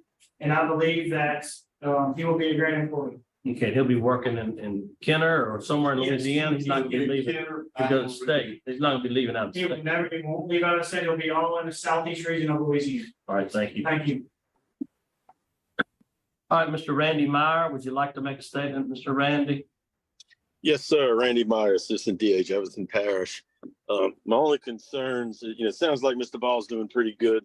Concerns, though, that I have is, 2011 possession of oxycodone and possession of hydrocodone, and 2018 possession of methamphetamine and possession of hydrocodone. It appears that there is a substance abuse issue. We don't want him coming back to jail. If the board sees fit to have him complete long-term substance abuse, I think that'd be great. If not, I think if y'all are inclined to let him out, I think some requirements that he maintain some substance abuse treatment while he's out would be appropriate for him. Thanks. All right, thank you, Randy. All right, Jason, would you like to make a statement on your behalf? This has been a very humbling experience for me, and I'm eager to get home and take care of my children.